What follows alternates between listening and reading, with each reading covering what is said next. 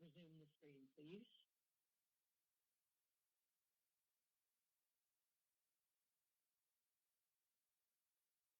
Do you want me to put it up back up?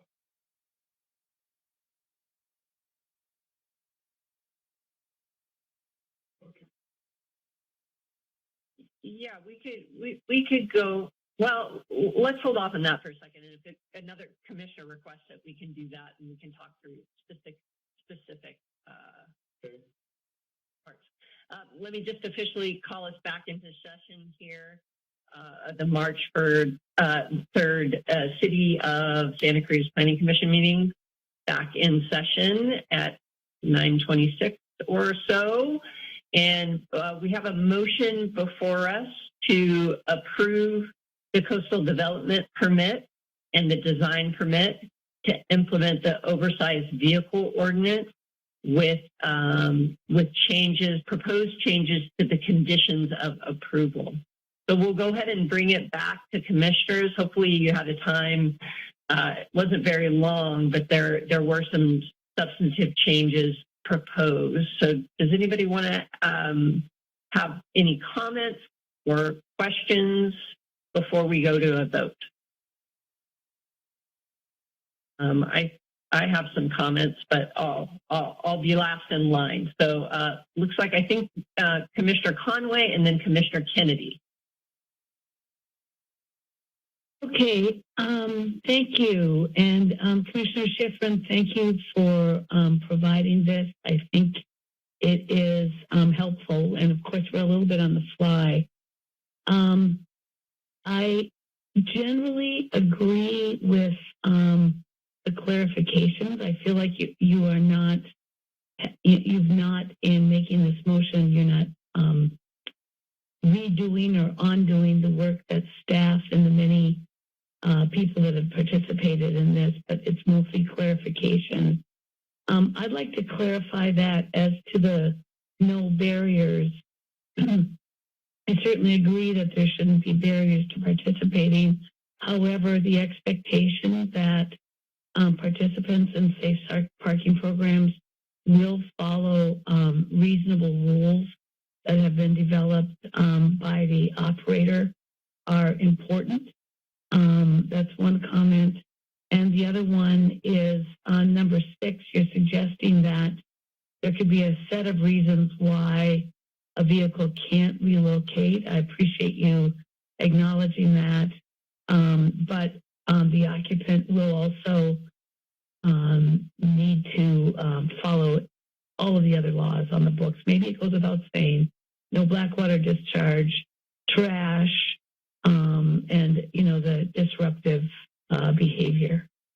Those were my comments. Thank you.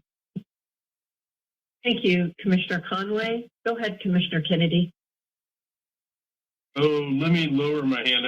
I'm just working through them. Give me another minute. We're going to hear from staff back on legality at some point here too. Yes, perhaps Ms. Bronson would like to chime in, and then we can go to Mr. Butler. Ms. Bronson. Hi. Okay, so I've had a few minutes to look over it, and haven't gone through the whole thing.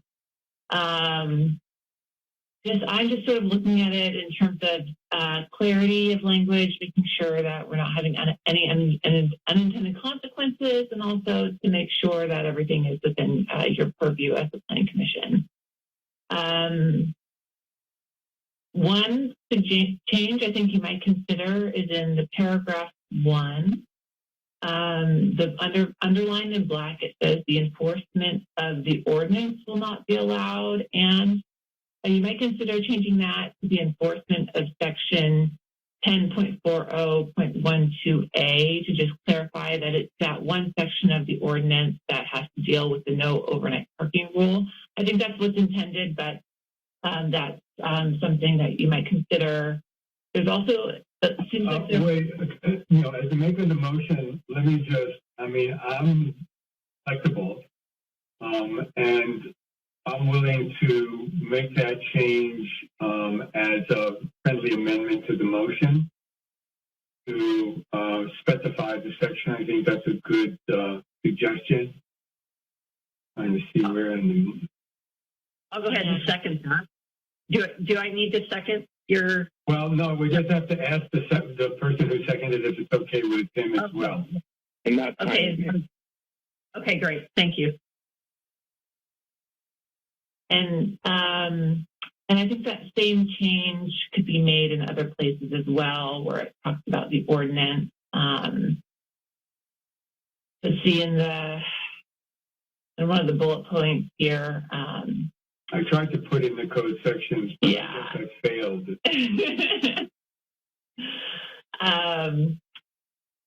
So where are we? In the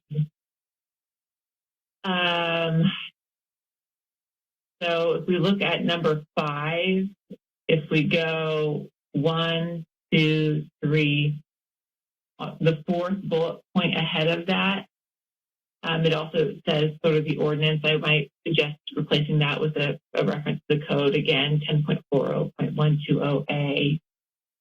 That's acceptable to me. Is it acceptable to the maker of the second of the motion? Okay. If we're talking about that specific provision, Chair, would it be okay if I chimed in and asked our attorney about our approach here? Let's go ahead and get through the attorney's comments, and then we can ask questions. So why don't you go ahead and finish Ms. Bronson, and then we will go to Mr. Butler after we make it through your comments. Okay. And then just that same comment once again in paragraph number 5, the last sentence, it says if all safe parking spaces are filled, and I might suggest you're right, then, section 10.40.120A shall not be enforced, just as a point of clarity. And that's acceptable to me if it's acceptable to the second. It is. Okay. Yeah, that's a good clarification. I couldn't come up with a good language here. And then I think maybe now it's maybe Lee. I think Lee has a number of sort of policy.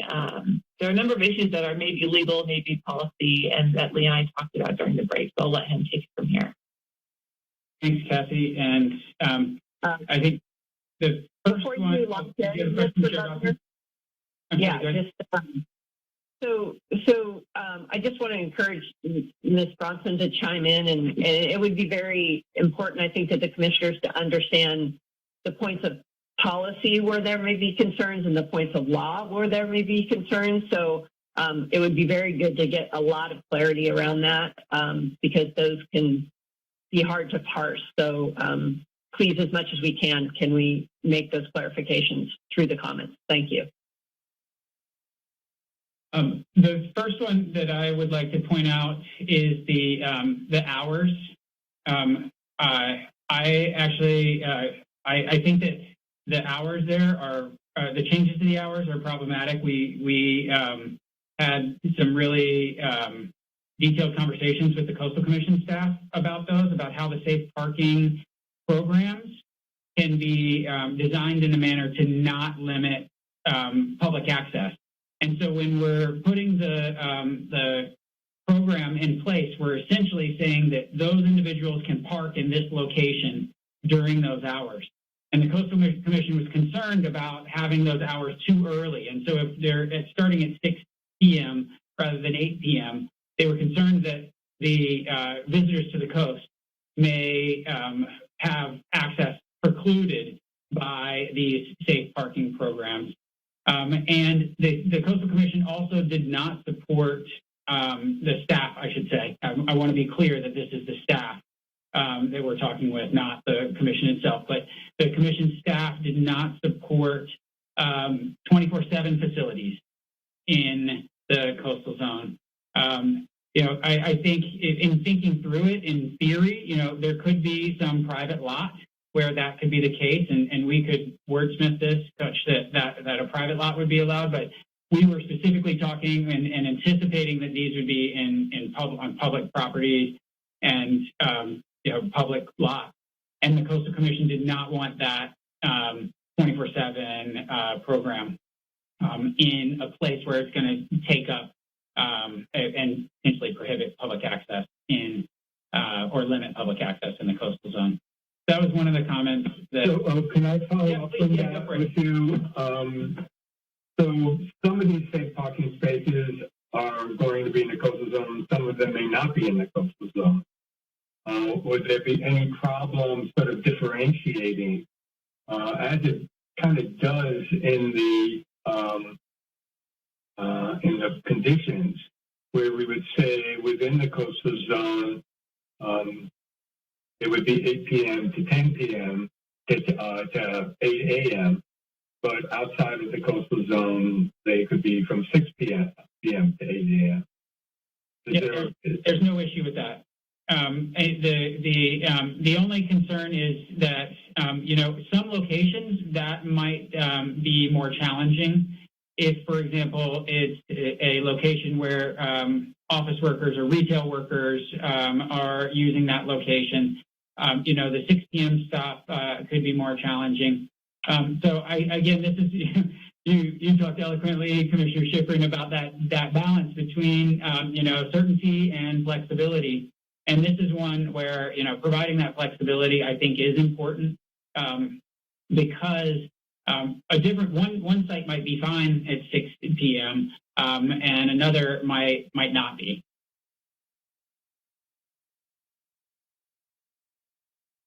I hear what you're saying, and I said it's kind of in the interest of trying to maximize the number of safe parking locations. It may give more ability to have the later date. I wonder if it would say no later than 8 p.m. And then that would give you the flexibility. If you could have it earlier in some other places, it could work. I'd be willing to support that. How does that sound to you? I think two things. One, I think if we had something like would strive to be open as early as possible near 6 a.m., but 6 p.m., but maybe adjusted on a case-by-case basis. I might ask at this point, Brian Borguno, our former parking manager, now working in our economic development department, but just maybe if he has a perspective on whether or not, sometimes is there a lot, for example, where we would say, hey, this is heavily utilized until 9 p.m., for example. And so on this one, maybe we did 9 to 8. And again, I just want to reiterate for the commission and for the public that we're actually looking to do these in a lot of different places, small numbers in a lot of places. And so if it's okay, Brian, maybe any issues with a later start time in some locations? I guess a point of clarification, this is a coastal permit for coastal locations. I would want to make sure that I understand that is the intent then to mandate what's happening outside of the coast through that provision and how we program locations versus in the coast? That's a great question, Brian. Well, there's also a design permit, so I don't know. That was one of the confusing things. Is the design permit is both in the coastal zone and outside of the coastal zone. So what provision applies to the design permit? What provision applies to the coastal permit? I leave it up to you to figure that one out. So that's my first question. The second part of that is, I think, the hours that we had proposed, again, we're in coordination with Coastal Commission staff, and there is problematic conflict with availability the earlier we go in the day at a lot of the locations that we are attempting to stand up early on in this program, but that may not always be the case. So the more flexibility we have on not mandating a time start, the more opportunity we have to stand up more locations. Well, the proposed, I'm kind of convinced, I don't know about the second, but I'm kind of convinced that the original conditions of approval were for 8 p.m. to 8 a.m. As I remember, the additional operational criteria may be applied by the city manager. I would say that would give you the flexibility that maybe you're asking for. But again, trying to find the balance between certainty and clarity and flexibility. I'm willing to go back to the original time based on the Coastal Commission. To the extent that if the permit is approved, that it has. If we approve it tonight, if there is a vote to approve this, and there's support from the Coastal Commission staff, that's going to be desirable in terms of the ability to move forward with the permit. So if it's okay with the second, I would go back to having the hours from 8 p.m. to 8 a.m. Is that okay with the second, Commissioner Maxwell? That's okay with me. Yeah, that's fine. Okay, there's two places where that is located, I guess, in that. Yeah, and Commissioner Schifrin, you can feel free to share your screen since you're making live changes, and that might help the other commissioners kind of track as we move through these. Okay. Share.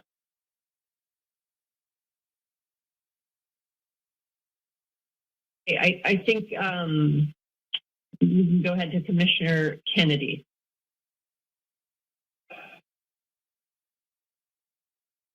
Thanks, Chair. So I really do appreciate the intent here of kind of doing some fine tuning, and I think some of these ideas are good. I did work through the bullets.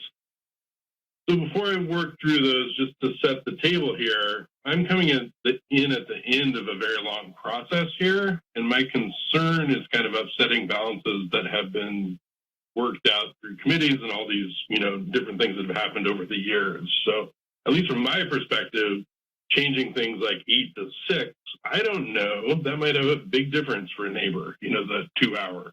So I'm just a little bit nervous about running in here and moving things around. So I don't think you need my vote to pass this probably. If you do, I'm fine with number 1 and number 4. Those are great. Good clarifications. I have some reservations about number 3. Is mobile mechanic a thing, or is this like just adding extra cost to the city where there's no budget? Similarly, okay, so where I draw the line is number 6. Just to me, feels like it's way over the line. It seems to accommodate mental, emotional difficulties, all these different things. It just seems like that would be very hard to implement. So I'm not in favor of number 6 in any way. And then number 4, I don't know. It's just getting so specific with all those additional bullet points. So I could go with 1 and 3.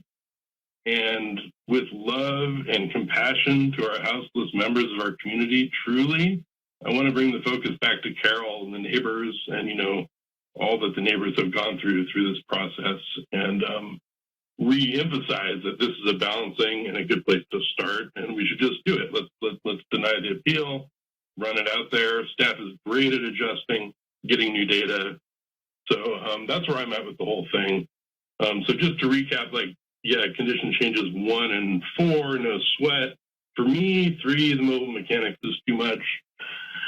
And then 4 is just too much detail in the bullets for a condition, in my opinion. And then 6 is oh man, mental and emotional difficulties. That's really hard for us to develop effective policies around. So that's where I'm at with this. Okay. I'm going to go ahead and make my comments, and then looks like Mr. Butler. Can I ask if Lee is done? He was going through was that the only concerns you had? It's not. I've got a series of other comments if the commission would be interested in hearing. Okay. Yeah, let's go ahead and run through those. Go ahead. Great. Thank you, Chair Dawson. Commissioner Schifrin, you've got the number 4 there. If you scroll down to the bullet that begins in the prohibitions.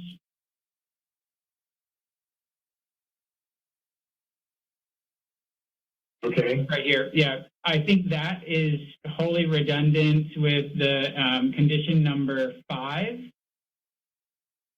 And so I don't think that that is necessary. You can take a look at the 2 and see.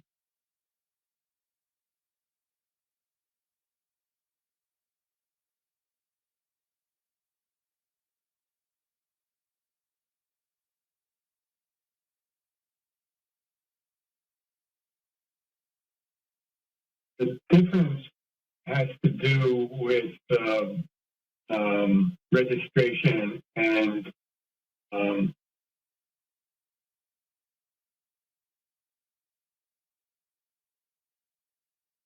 So that eligibility requirements. I kind of almost, I mean, you're right, it is somewhat redundant, but it was a matter of mucking, most of number 5 is taken from the conditions of that were less clear. Unfortunately, I didn't cross out all that was there. and with I think this is kind of a timing one as well. I guess as I'm thinking about it, I think they are different. The prohibitions one says they're not going to be applied to any person that doesn't have a free and unrestricted access to a parking space, and there shall be no registration or eligibility requirement. Number 5 says the prohibition shall not be implemented until a safe space is available, and if they're all taken, then it won't be enforced. So it really just emphasizes that point. Right. And with respect to your comments about the barriers, I think that's better handled you have a specific bullet related to that, a couple further down, where it talks about procedures where there's no barriers to participation. And I would think that you may want to, as Commissioner Conway suggested, you may want to tighten that language a little bit with respect to, as Commissioner Conway was saying, that there are some rules that need to be followed with respect to good neighbor policies, right? And you can't be disruptive and so forth. But I think that can be that some of those registration criteria can be added to the barrier bullet below and still be covered by number 5 and have everything else covered by number 5.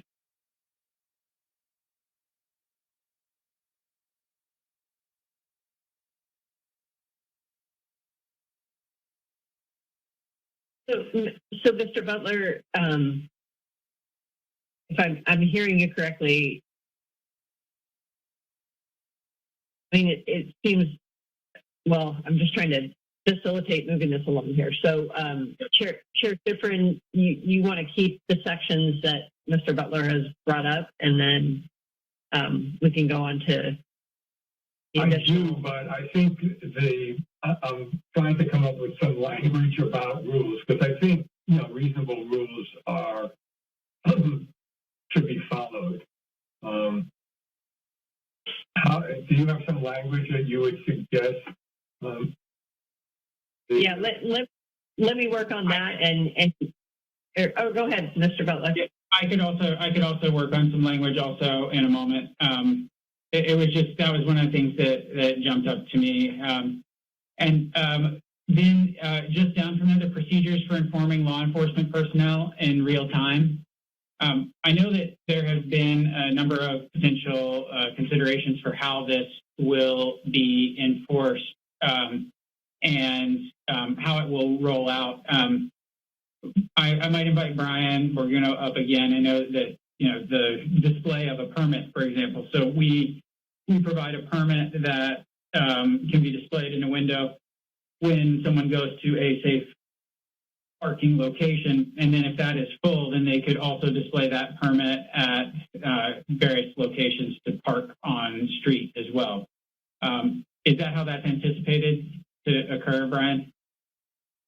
At this time, that's how it's anticipated to occur. We also are exploring how we are going to manage data collection of availability and what potential applications can be used, but that has not been vetted to a point that we have a solution for that at this point. So I would just ask you, Brian, the way this condition is worded, do you see any concerns with respect to implementation? At this time, I'd say yes. Not that that's insurmountable, but I don't think that we would be ready to launch a real-time availability program. Right now we're relying on our police officers as, participants in hosting some of the emergency parking in safe places and coordinating with staff. The intent is for them to have as much of information as possible as they're doing that enforcement and have the ability to check on it. But when it states, real-time availability, they might only be getting that the day before and, making their judgment calls in the field as they're doing enforcement. And if they're unsure, I would defer to their expertise to not be enforcing if they don't have the information of availability. I think that's the concern that, how will the law enforcement people at midnight know where there are safe parking places? And if the program's going to work, they really need to know that. I mean, otherwise, how can they tell somebody that they need to go to a safe parking space if they don't know if there's a safe parking space available? People could be just driving around trying to find a place to park for the night. I just want to chime in here. There are very affordable technological solutions for real-time availability. It's just something that has to be committed to. So I appreciate the information that isn't part of the program now, but I think part of the idea for the conditions of approval is to help guide the operationalizing some of these aspirations.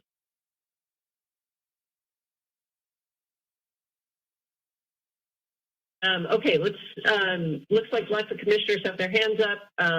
I will save my comments to the end. Mr. Butler, do you have anything else you'd like to work through with Chair Schifrin before we go to Commissioner Mercedes Miller? I saw Commissioner Conway, Commissioner Greenberg, so let's go ahead and finish working through your concerns and then move it to commissioners.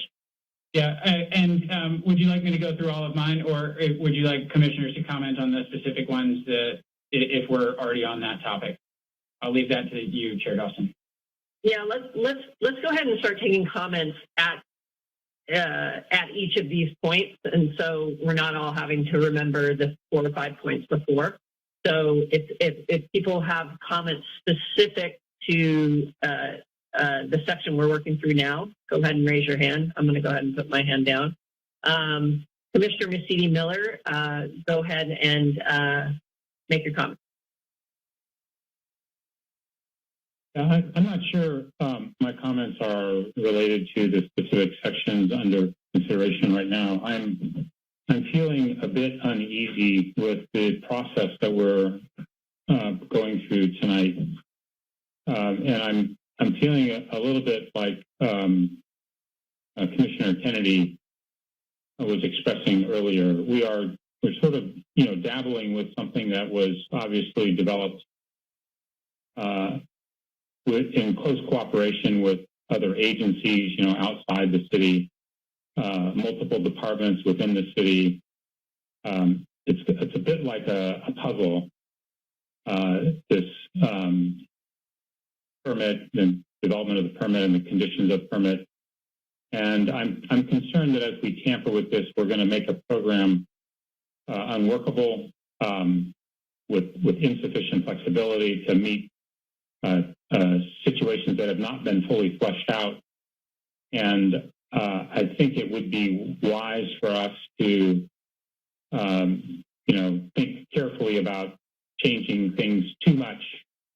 A word or two here or there, or maybe an extra condition. You can kind of live with sort of the Commissioner Kennedy. I can deal with 1, I can deal with 3, but 6, 7, 8, 9, 10, and 11. It's just too much. And I think if we're going to wholesale, rewrite this thing, I think it would be prudent for us to push this back to staff and ask them to take a fresh look at this and bring it back to us after they've had a chance to look through these things, coordinate with other agencies, coordinate with other departments, and give us a holistic response to this kind of a big rewrite of the conditions of approval. So if we're going to continue this way, it'll be difficult for me to support this. And I think that's the extent of my comments right now. Thank you. Before we go on, could I respond to a concern raised by Mr. Butler around the prohibitions bullet and ask, I'm willing to add the sentence, reasonable rules of behavior may be applied. Is that responding to your concerns about the rules? Yes, I think that might actually be better in the barriers bullet that you have two down below to speak to Commissioner Conway's earlier concern. So that's number 5? Right there, yes, right in the middle there. Okay. Is that, I'm willing to add that if it's acceptable to the second.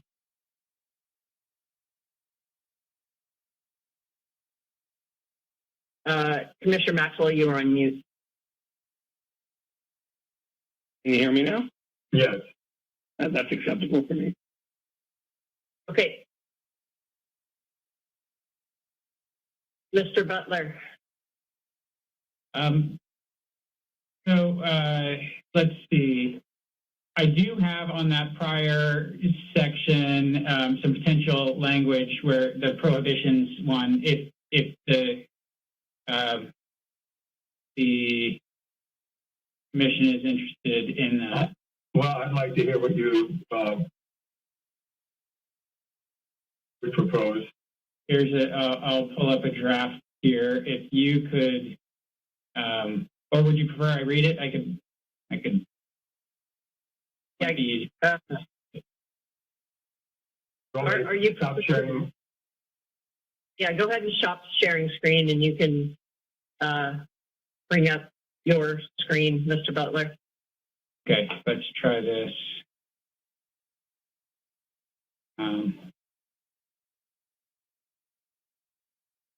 Okay. So prohibitions in section, this is the midnight to 5 a.m. prohibition. The prohibitions in that section shall not be applied to any person and oversized vehicle collectively that does not have free access to a low or no barrier safe parking program space. So the unrestricted speaks to the, they are restricted from dumping black water or from, having disruptive behavior or throwing trash and so forth. So that was part of the consideration there.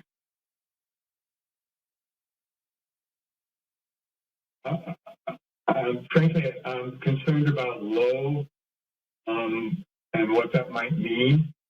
And I think it's not like there wouldn't be rules. I think the intent with this was that there be no barrier to participation. And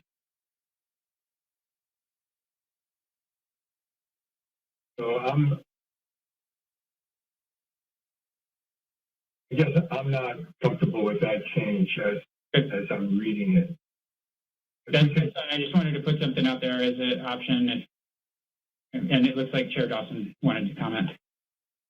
Yeah, and since we're on this bullet, and Mr. Butler, if you could stop sharing your screen, and Chair Schifrin, you could go ahead and share your screen back.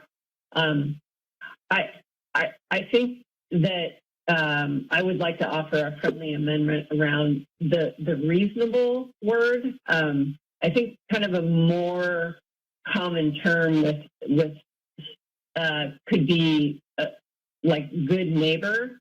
I do worry that something like reasonable could include things like alcohol use or things like that that are reasonable to some people and not reasonable to other, and that would create a barrier to participation.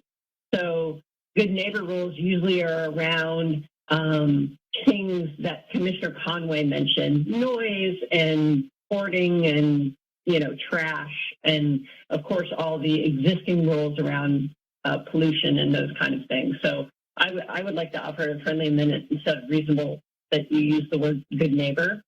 A good neighbor agreement would be, part of good neighbor rules of behavior may be applied, something like that. So I would like to offer that as a friendly amendment. Unless staff has an objection to that, it's fine by me. Is it okay with the second? Yes. Commissioner Conway, again, your hand is camouflage, but I see you. Go ahead. Okay, great. Thank you. I had a couple of comments, and one of them is I was fine with Mr. Butler's language of no and low barriers. I can definitely imagine, and in my experience, I believe this would be desirable, that there would be in various locations, that some of them might be specifically targeted to families with children or transition age youth or some particular population. I would consider that a low barrier. Maybe we would define it differently, but that an absolute no barrier besides following the rules might be appropriate. And but I think that this does make me think really in support of what Commissioners Kennedy and C.D. Miller are suggesting, which is these clarifications are helpful, and I'm glad that we're going through them, but they are complex, and I feel like they're going to need to be vetted in one way or another, whether it's after the Planning Commission moves them on and before they go to council, or in returning to the Planning Commission. I definitely agree with Commissioner Schifrin that we want to get this moving. It needs to get moving. But to me, it seems like it may be expedited best by returning, having it worked on, chewed over by all the parties that be, and returned to the Planning Commission as soon as is reasonable. Okay, thank you. Thank you for your comments. Mr. Butler, do you have additional sections that you would like to work through before we go to a vote on accepting the permits with the proposed conditions of approval? I would like to look at number 6. And I know there were some concerns that some commissioners expressed regarding this. I wanted to point out, just in case the commissioners had not seen it, there is a provision in the ordinance itself that speaks to this, but it's not as broad as this. And so I just wanted to point that out, and I'll read that for you so that you're aware. It says the prohibitions contained in subsection A, which is the midnight to 5 a.m. Would you give the reference to the section of the ordinance, please? This is section G, so 10.40.120G. And I'm happy to share my screen if that would be helpful. Z? G. And then under number 3. I'm sorry, Lee. G is in guy, or? Yes. That's correct. Okay.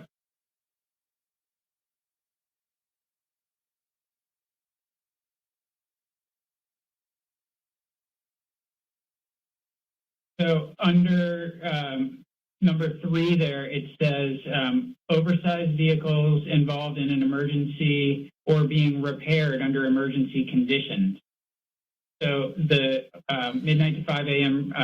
Parking prohibition doesn't apply to that. And but I want to be clear because it's not as broad as what Commissioner Schifrin has posted here. It says emergency parking may be allowed for 24 consecutive hours where an oversized vehicle is left standing at the roadside because of mechanical breakdown or because of the driver's physical incapacity to proceed. So the ordinance speaks to that in physical incapacity and mechanical issues, but provides the 24 hours. So this would actually be providing more than the ordinance.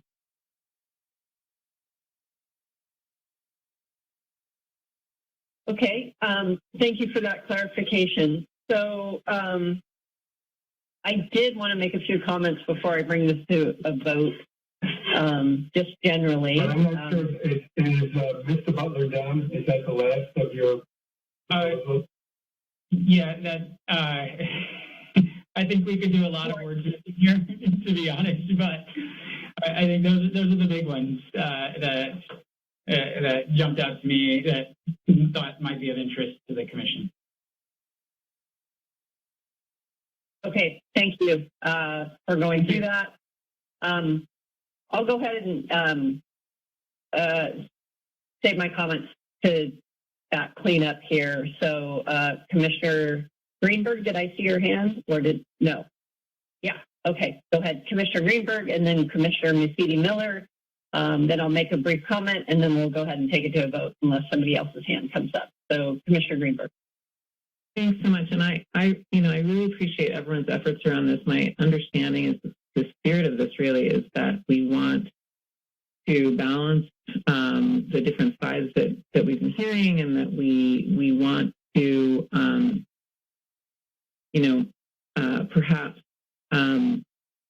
expedite a process that will achieve the maximum that the different sides are interested in. And in terms of the folks in the vehicles, that includes this recognition that I think the appellants and a lot of the people in the public were mentioning, having to do largely with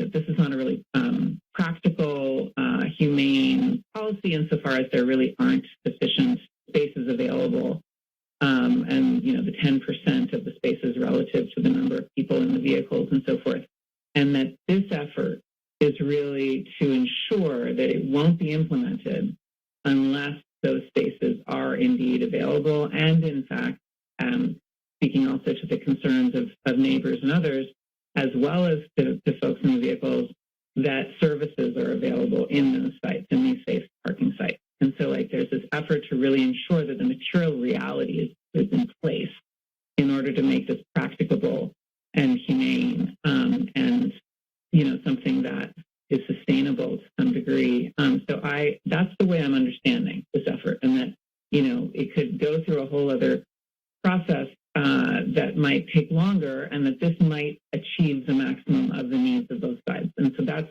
I'm trying to see the best in this, in that regard. And I really appreciate all the effort that went into this in that way. And I realize we're trying to get through this as quickly as we can and get some new information. I had a couple of questions.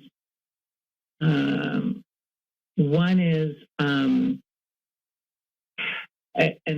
you'll tell me how you think about this, but in terms of the good neighbor rules, this last point, I'm wondering, and also the point about procedures to ensure that potential participants in the safe parking program will confront no barriers to their participation. I'm wondering about the kind of process, what these procedures are, and the degree to which, given what I've been hearing some folks saying, that if there are complaints about the implementation of this, there were some suggestions from the public that there be some kind of dialogue involved, and that there be some kind of process where there's a collective establishment of what these procedures would be, or that there's a process for filing complaints if people feel that they're not being treated fairly and so forth. I'm wondering if that needs to be here, or what's the thinking there, in addition to which how the good neighbor rules and so forth, and the limits to those, and what they include, what they don't include, would be established. If in fact the goal is for some kind of rather than flexibility, some kind of some kind of clarity or, finite definition of what we're talking about here. So there's a question about the procedure and the degree to which the different sides will be included. And then I don't know how significant this is, but the mention of City of Santa Cruz will actively seek funding. That's mentioned a couple of times. I'm curious what's meant there and what happens if that funding is not found, or what the significance of the actively seeking funding is in putting that in the document here. Those were two of my questions, really. How the process, questions of complaints in terms of how this is being implemented, that there's really procedures to hear the different sides, as well as the question about that this can still be implemented, and that the major point, which is that if the spaces are not available, that this can't that people are able to stay where they are, not be contingent on the funding not being found and so forth. So that question is just whether that might be interpreted in some kind of different way. The question of seeking funding. So those are just one quick comment before I send it to you, Commissioner Schifrin. I'll just I guess this is kind of to add on to Commissioner Greenberg's question. The way that I read the actively seek funding is to provide additional services other than the safe parking program that could help provide a broader range of services. So it doesn't, to me, seem related to the safe parking program happening or not. So maybe you could just clarify that in addition, because it seems like it's for something like a mobile mechanic to actually help with repairs, or fuel vouchers to actually offset some of the costs. But it wouldn't prevent people from accessing the program necessarily. So go ahead, Commissioner Schifrin. Thanks. I would say that in terms of the actively seeking funding, from my perspective, those are aspirational. They are, essentially identifying objectives that would be nice to achieve if there was funding available to provide additional services to people. As Chair Dawson says, it doesn't really affect the basic requirements of the program. The other question you raised, I think, is a really, it's sort of, in a sense, that's the intention of the operations and management plan. That's going to lay out a procedure, and I guess it would I'd be willing to add another component or another bullet that plan would include procedures for filing and resolving complaints, because I think that would be a desirable thing to do. So is that the kind of thing you had in mind? Yeah, I'm getting the sense that there is concern that there be some process for adjudicating, when there's a feeling that proper procedures are not being followed.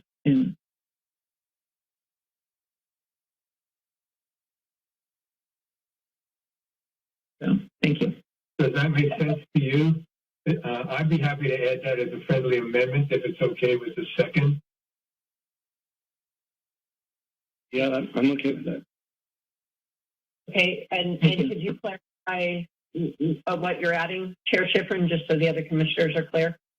I'm not sharing my screen. I just typed it in. It's procedures under the bullets of the operations and management plan that shall contain the following. I've added procedures for filing and resolving of complaints. Okay, great. Thank you.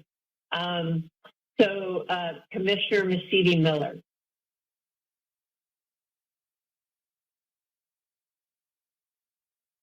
Thank you, Chair. And thank you, Commissioner Greenberg, for your comments. Your comments are reinforcing my sense that things are what does actively seek funding really mean? I mean, why do we have something in here that has an ambiguous definition that's aspirational? That how do you even know if the city is actively seeking funding? What's the criteria? What are the factors? As I think more and more about these amendments that are being amended in real time, I'm more convinced than ever that accepting this tonight would be a disservice to the community. It would be a disservice to. This is such an expensive rewrite. The public hasn't had an opportunity even to consider these comments and share their thoughts about this, much less the other departments and other outside agencies.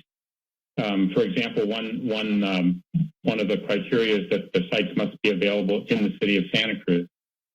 I don't remember exactly where that is. I think it's number 4. Site locations must be in the city. It's like, well, that seems really overly restrictive to me.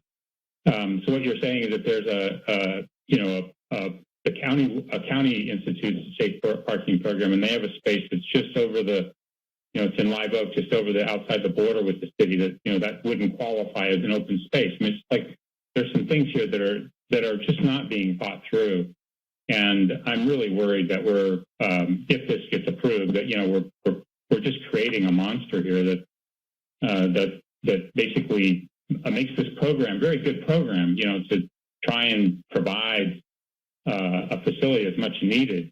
We're effectively torpedoing this thing before it's even getting off the ground. So those are my comments.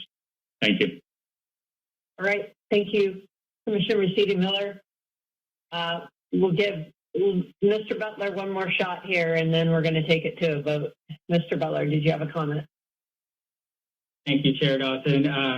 I was just going to mention that Commissioner Mercedes-Miller hit on one of the points that I had actually forgotten, the in the city. And if you're interested, I have 3 words that could be modified there to address that.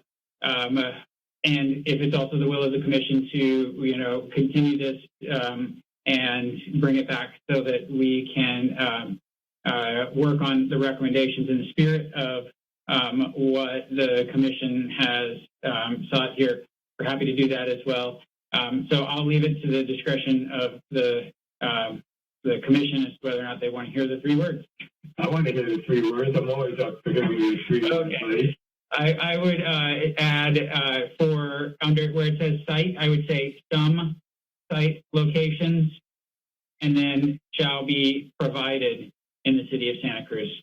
So then it's not dictating that they're there, but that all of them are there, but that some of them shall be. And I think, we fully intend that that's the case.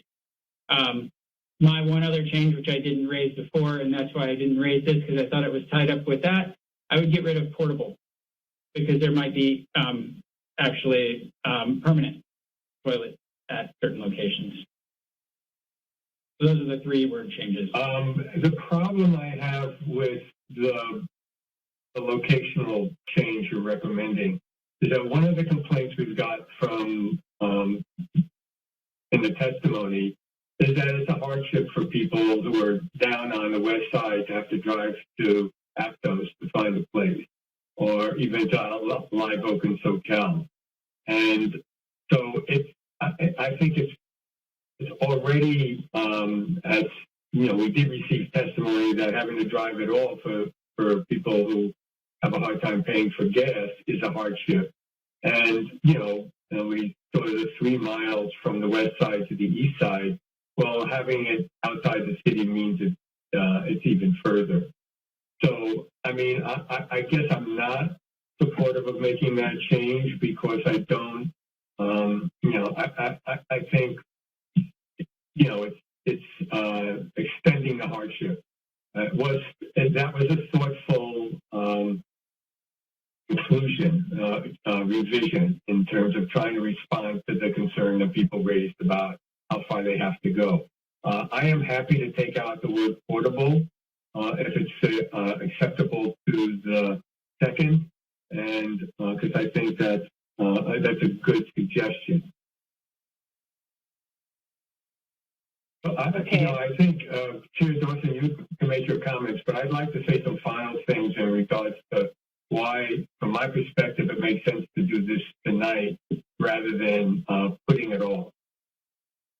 Okay, well, I'll go ahead and make my comments. I know it's getting late here. And I would just like to, again, thank the staff for, one, helping me understand what was before us today and help to facilitate this meeting and being so gracious and getting back to me so quickly with the comments and all the work that went into the staff report. But I do have some kind of basic things that I want to say about sort of how I see our duty to act as the commission, and really what is that? What we're talking about is that people's right to sleep and where they're allowed to do that, right? And it is a constitutional right that people have to be able to sleep, just full stop. And I really believe that it is unequivocally within our purview that if we are going to be issuing permits for anything that relates to a person's right to sleep, that we need to take that into account, and that needs to be a kind of the primary goal for whatever we're doing. And I do think that is before us with these permits. And we are not, the ordinance itself is a separate issue, and we have not spoken about the language in the ordinance tonight, but what we have talked about is if we are going to move forward with these restrictions, how do we do it in a way that maintains people's right to sleep? So I just want to say that is a major thing that we haven't talked a lot about, but that is really what it comes down to, is that people have a right to sleep, and that if we're affecting that right, we need to be very thoughtful about how we're supporting people's right to do that. I also want to just talk about the part in the staff report that often gets brought up in Santa Cruz about health and health policies. And the section in the staff report kind of really,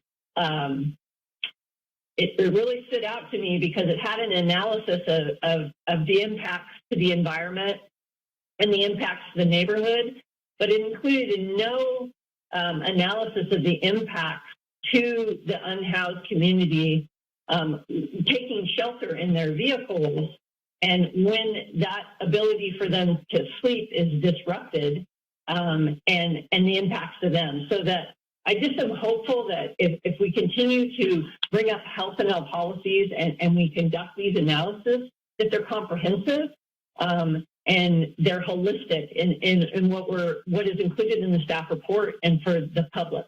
Because I am not a public health expert, but I am able to Google, and I got a stack of literature that is peer-reviewed that supports that there are very wide-ranging and negative impacts that occur to folks that have unstable, unsecure housing situations, that are living, taking shelter in their vehicles, and their ability to sleep is disrupted. So when we talk about health and health policies, let's talk about health and health policies and not just put it in there and check the box.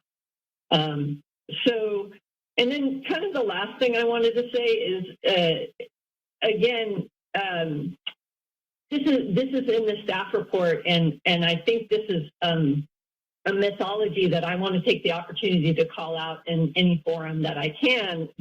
And I think that there's a lot of controversy and there's a lot of complexity to finding solutions, but there are solutions to helping people secure housing. But I do want to call out the mythology that there currently exists enough housing and enough services that are needed to match the need. So it's called out in the staff report, and I've heard staff and other comments that, you know, we just need to hook these people up with services, and then there's a straight path to housing. And I think you will get universal agreement among providers and practitioners that that is not the case. So that being the reality of the situation, that there is not enough housing to meet the need, we need to be mindful of providing real solutions that actually support folks that are taking shelter in their vehicles.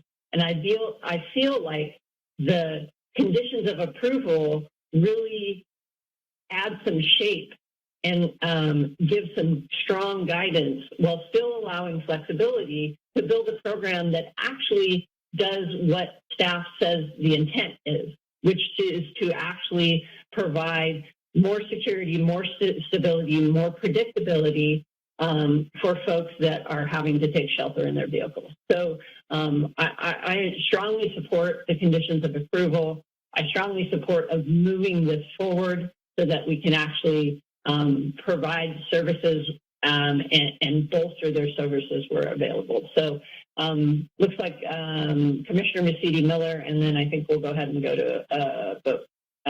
Commissioner Mercedes-Miller, and then I think Commissioner Shipperd wanted to kind of make some closing comments. Go ahead, Commissioner Mercedes-Miller. Thank you, Chair Dawson. I have, I guess, a point of clarification and a request. Is it possible to introduce a substitute motion at this point in the proceeding? You can always make a substitute motion. I'm sorry? I think you can always make a substitute motion. Okay, then I'd like to make a substitute motion. And my substitute motion is that this matter be returned to staff for further consideration of the discussion that took place here tonight, that the conditions of approval, suggested conditions of approval be evaluated, and an analysis done for coherence and completeness and legality and conflict with other rules and such, coordination with other agencies, other departments, and that this matter come back to the Planning Commission at, I suppose, a date certain, or if that's possible, or at another commission hearing, future hearing, so that the commission has an opportunity to review these changes, and the public has an opportunity to weigh in on the changes that are being proposed here. I think it's a substantial change in what was proposed originally, and I think it would be wise and prudent for us to be careful, as Chair Dawson has indicated. This is important, and we don't want to do something that has some unintended adverse consequence. So that's my motion. Okay. Second. Second for motion by Mercedes-Miller, second to Kennedy. I might need a little parliamentary procedure help from Mr. Butler right now with the substitute motion. So how do we proceed with the vote on these? So at this point, you would vote as to whether to accept the substitute motion, and then you would debate the substitute motion and vote on the motion itself. So the first vote would be on whether to accept the substitute motion. Okay. And so if I may, I would suggest, we could, I would suggest a date certain, and we could return in 2 weeks' time if that's the will of the commission. Okay, so would the maker of the motion like to amend it to the date certain for 2 weeks? Yeah, that's fine. 2 weeks, date certain. I wasn't sure about that, so I'm fine with that. Fine with me too. Okay, so what we have on the floor is to continue the item to a date certain to the next Planning Commission meeting. And so this vote is to accept that motion. Could we have a roll call vote? And are we allowed to discuss this at all, or we have to vote before we We'll discuss it next. We can't discuss. So this is to put the motion on the floor for, go ahead, Mr. Butler, if you want to clarify. Yeah, I was just doing that. I have it open on my tablet.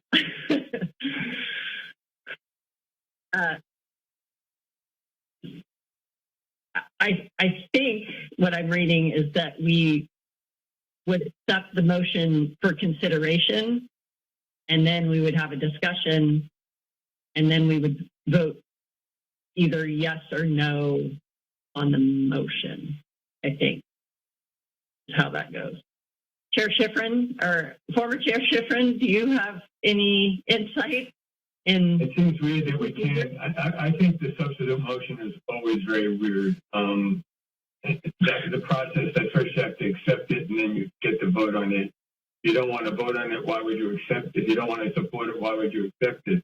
I mean, it seems like a pretty weird process, but I'll defer to staff on what the procedure is and whether we can debate acceptance or not, because I think that's a good question that Commissioner Greenberg has asked. And mostly I'm just wondering if we can discuss it before we vote yes or no. Right. Yeah. Yeah. Well, I think the procedure, just to clarify how I understand the procedure, is this initial vote would just be to accept the motion for consideration. Then we could discuss the motion, and then we would vote yes or no on the motion. So there would be a discussion, but there's this weird first vote to bring it under consideration. So Okay. Are we going with that, Mr. Butler? Oh, you're on mute. Sorry about that. I believe that is the case. It is not addressed in the Planning Commission bylaws. I just got to the place in the council bylaws. If you want to give me one moment, I will read that, or I'm happy to read aloud. Any council member, again, this is the council bylaws, and we refer to those if it's not addressed in the Planning Commission. Any council member, with the exception of the presiding officer, may make a motion to amend regular motion or a motion to substitute a new motion for a regular motion. A motion to amend and a substitute motion are both debatable. So there's the answer. If the nature of the motion is in question, the presiding officer shall decide on whether the motion is a motion to amend or a substitute motion. If the motion to amend or substitute motion is seconded, the council shall first vote on whether to accept the motion. If the council votes to accept the motion, the council shall then vote on the amended motion or the substitute motion. If the council votes not to accept the motion, the council shall then vote on the original motion. So I can decipher that for you if you need. So you may debate it now, and there are two votes, is what that boils down to. You may debate it now, and if you vote, you first have to vote to accept the substitute motion, and then you would vote on the motion itself.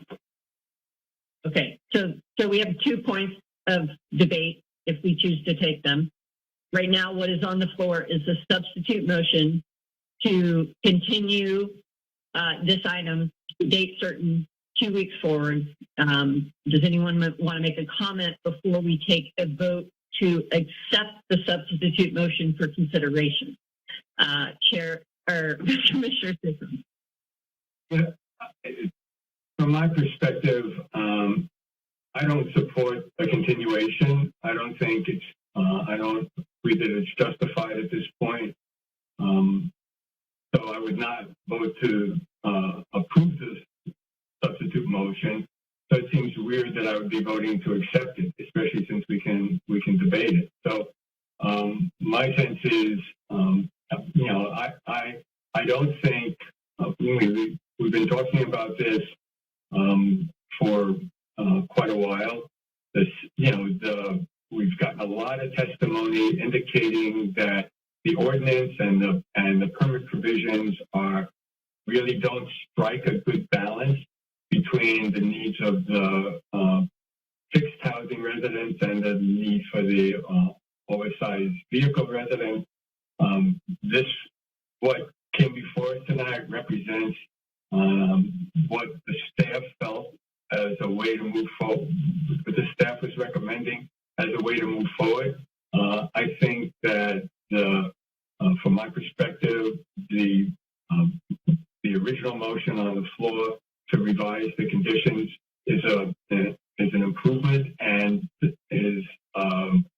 does a better job at carrying out what the staff was saying the purpose was, and I don't see any need to continue it, so I'm not going to support the motion to accept this substitute motion. Okay, thank you, Commissioner Schifrin. Commissioner Conway.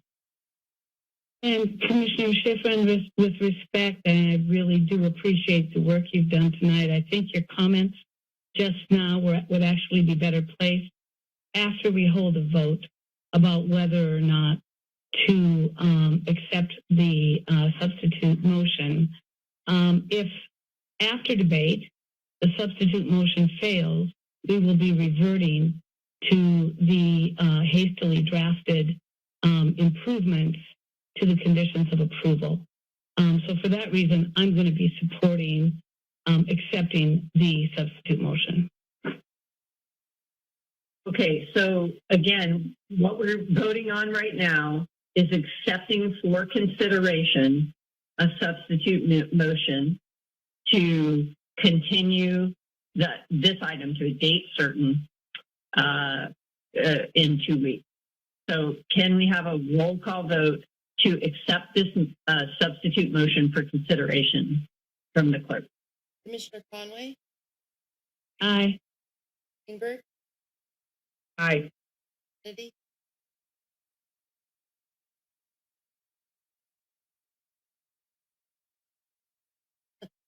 Aye. Unmuted aye. Maxwell, No. Miller, Aye. Schifrin, No. Dawson, No. So motion to accept for consideration, the substitute motion passes 4-3. And so now we will bring up the motion for debate on whether to continue to a date certain 2 weeks from now. Anybody have comments before we take a vote?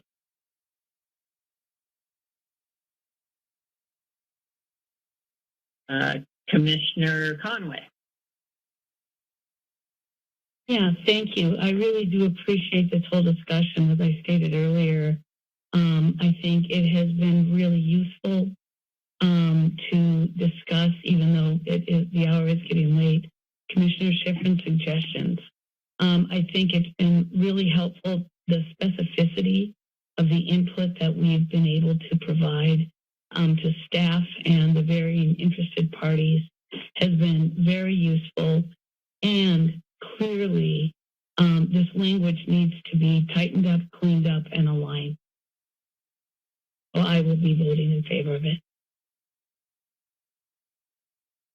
Okay, any other comments before we take a vote to, Commissioner Schifrin, go ahead. Well, I'm not sure I agree that it's clear that it needs to be sent through the ringer by staff.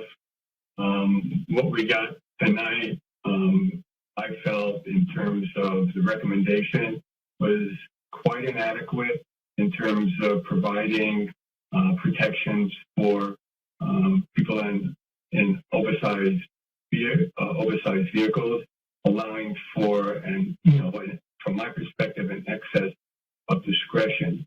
So I think that the proposed language, which has been amended based on staff review and input, there doesn't seem to be a legal problem with it. We can put it off and have the same debate in 2 weeks, and probably irrespective of what we do, then it's going to be appealed one way or the other. So I think if people feel that the changes are worthwhile, I think that's what it comes down to. If the proposed revisions seem desirable, I think we should vote on it tonight. I understand that some of the commissioners don't think some of them are desirable, and would prefer not to vote on them tonight, and to have staff have a chance to make another case to change them. But, you know, I think it comes down to what our commissioners' attitude to the changes. And obviously, as the maker of the motion for those changes, I think they're worth making, and I think we should do it tonight and not just put it off. Okay, thank you, Commissioner Schifrin, Commissioner Kennedy, and then Commissioner Greenberg. Go ahead, Commissioner Kennedy.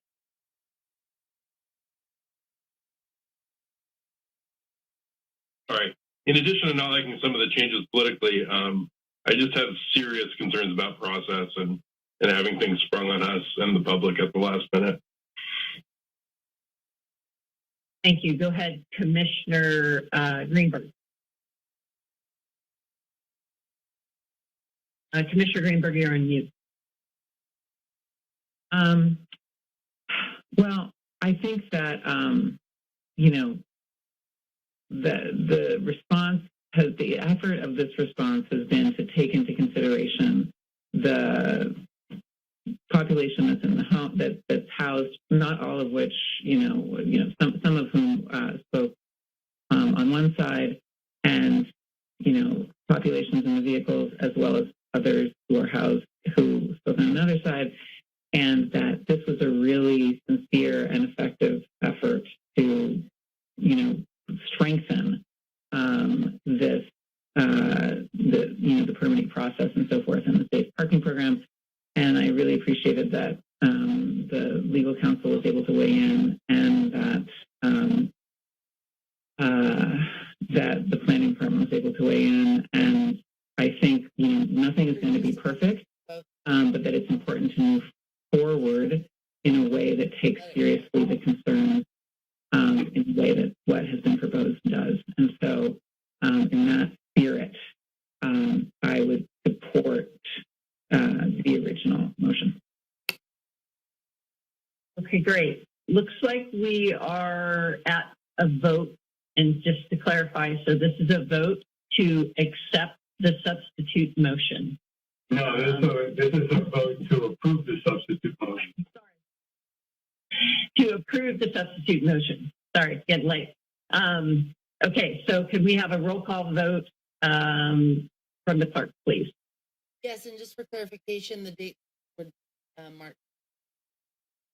As for the roll call, Commissioner Conway, Aye. Greenberg, No. Maxwell, No. Aye. No. Dawson, No. Okay, so that brings us back to the original motion that happened several hours ago, which is to approve the coastal development permit and the design permit with the proposed changes to the conditions of approval. Clerk, did I state that correctly? yes. I would just say as amended tonight. Okay, as amended tonight. So is everybody clear what the vote is? Yep. Okay, clerk, can we have a roll call vote? Conway, While I support most of the language, I am going to vote no because I think it's half-baked. Yes. Aye. No, this needs to go through staff and they need to think about it. Maxwell, Aye. No. Aye. Aye.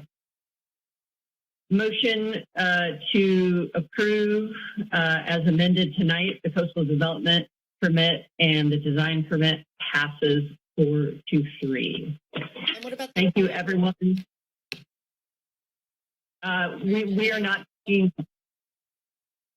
we're not taking action on the appeal. Mr. Butler can clarify that, but I was directed by staff that we are not taking action or making findings on the appeal. We were just to take action on the coastal development permit and the design permit. Is that correct? That's correct. Hearings on appeal are de novo, so you're acting on it as a new application before you. Okay. Thank you very much. I also just want to take this moment to thank all the members of the public that both wrote in and attended the meeting tonight. I know that all of the commissioners take their service very seriously, and we all dug into the hundreds of pages this week and probably before. So again, thank you for your participation. It really helps inform our decisions. Okay, let's see if we can wrap this up.